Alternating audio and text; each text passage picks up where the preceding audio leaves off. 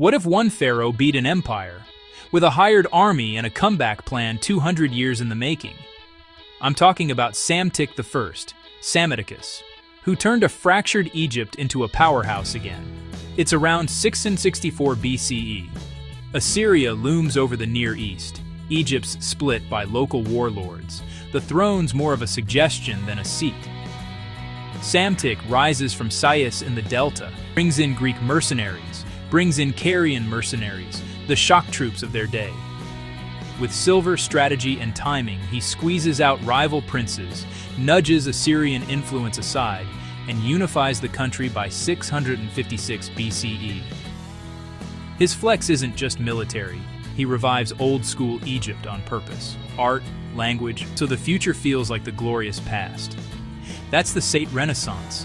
He opens Egypt to the world too. Trade booms. Naucratis, a Greek port, pops up in the Delta. Egypt becomes the place to be if you've got goods or ambition. There are legends. Herodotus reports a language experiment. Babies raised in silence until they blurted Bakos, Phrygian for bread. Sounds wild, probably apocryphal, but it shows his reputation. Another tale? A decades-long siege of Ashdod. Maybe exaggerated, but the lesson is clear. Patience, pressure, and payoff. When he's gone, his son Necho too takes the torch. Fleets, big dreams. But the blueprint, that's Psamtik's. Hire smart, trade wide, honor roots, make your moment bigger than your map.